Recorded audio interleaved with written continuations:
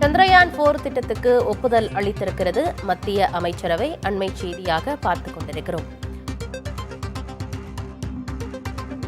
சந்திரயான் 4 திட்டத்துக்கு ஒப்புதல் அளித்திருக்கிறது மத்திய அமைச்சரவை. நிலவிலிருந்து பாறை, மண்ணை எடுத்து வந்து ஆய்வு செய்யும் சந்திரயான் 4 திட்டத்துக்கு மத்திய அமைச்சரவை ஒப்புதல் வழங்கியிருக்கிறது. இந்திய விண்வெளி மையம், ககன்யான் திட்டங்களுக்கும் மத்திய அமைச்சரவை கூட்டத்தில் ஒப்புதல் வழங்கப்பட்டிருக்கிறது. சந்திரயான் 4 திட்டத்துக்கு மத்திய அமைச்சரவை ஒப்புதல் அளித்திருக்கிறது. நிலவிலிருந்து பாறை மற்றும் மண்ணை எடுத்து வந்து ஆய்வு செய்யும் திட்டம்தான் சந்திரயான் 4. இதற்கு மத்திய அமைச்சரவை ஒப்புதல் கொடுத்திருக்கிறது.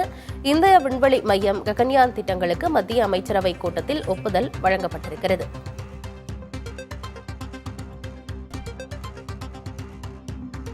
விவரங்களோடு செய்தியாளர் நிரஞ்சன் இணைந்திருக்கிறார். நிரஞ்சன், சந்திரயான் 4 திட்டத்துக்கு மத்திய அமைச்சரவை ஒப்புதல் அளித்திருக்கிறது, என்ன விவரம்? விண்வெளி சார்ந்த பல்வேறு முக்கிய திட்டங்களுக்கு இன்றைய அமைச்சரவையில் ஒப்புதல் என்பது வழங்கப்பட்டிருக்கிறது. சந்திரயான் 4 திட்டம் என்பது அதில் மிக முக்கியமான ஒரு திட்டமாக இருக்கிறது.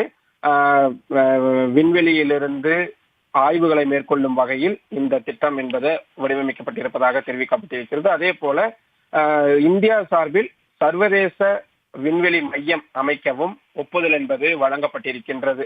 அதே போல வீனஸ் அந்த கிரகத்தை ஆய்வு செய்வதற்காக வீனஸ் ஆர்பிட்டர் மிஷன் திட்டத்திற்கும் ஒப்புதல் என்பது வழங்கப்பட்டிருக்கிறது. கிட்டத்தட்ட பூமியை போலவே வடிவமைப்பை கொண்டதான ஒரு கிரகமாக வீனஸ் இருக்கக்கூடிய சூழலில் அதன் சுற்றுவட்டம் எப்படி இருக்கின்றது, மேற்கொண்டு என்ன மாதிரியான ஆய்வுகளை மேற்கொள்ள வேண்டும் போன்ற விஷயங்கள் எல்லாம் இந்த வீனஸ் ஆர்பிட்டர் மிஷன் திட்டம் மூலமாக தெரிந்து கொள்ள முடியும் என்று சொல்லப்பட்டிருக்கின்றது. இதற்கான நிதி ஒதுக்கீடு எவ்வளவு, என்ன மாதிரியான எதிர்கால திட்டங்கள் எல்லாம் இருக்கிறது போன்ற பல்வேறு விளக்கங்களையும் இன்றைய தினம் இந்த அமைச்சரவை ஒப்புதல் சம்பந்தமாக மத்திய அமைச்சர் அஸ்வினி வைஷ்ணவ் அவர்கள் தற்பொழுது செய்தியாளர்களிடம் விளக்கி வருகின்றார்.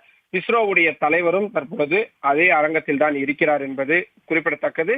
விண்வெளித்துறை சார்ந்த மற்ற சில திட்டங்களுக்கும் ஒப்புதல் வழங்கப்பட்டிருக்கிறது. அதை தாண்டி வேறு சில விவசாயத்துறை சார்ந்த, இளைஞர் நலன் சார்ந்த பல்வேறு திட்டங்களுக்கும் இன்றைய தினம் ஒப்புதல் என்பது வழங்கப்பட்டிருக்கின்றது.